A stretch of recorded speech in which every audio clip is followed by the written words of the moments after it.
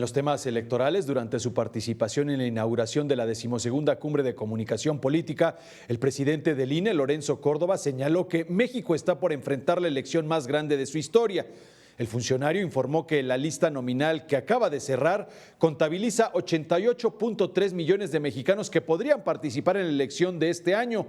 Del total del listado nominal, 9 millones son nuevos electores y 12.6 millones son jóvenes que votarán por primera vez. Detalló que lo que respecta a la institución que dirige está en la antesala de uno de los despliegues más importantes, pues tendrá que visitar 11.5 millones de ciudadanos, de los cuales únicamente se elegirán 1.4 millones como funcionarios de casilla.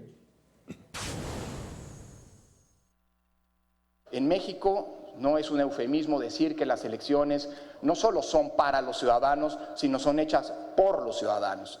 Si los ciudadanos deciden no colaborar con el Instituto Nacional Electoral en la instalación de las mesas de casilla, estaremos en problemas y estaremos en problemas todos.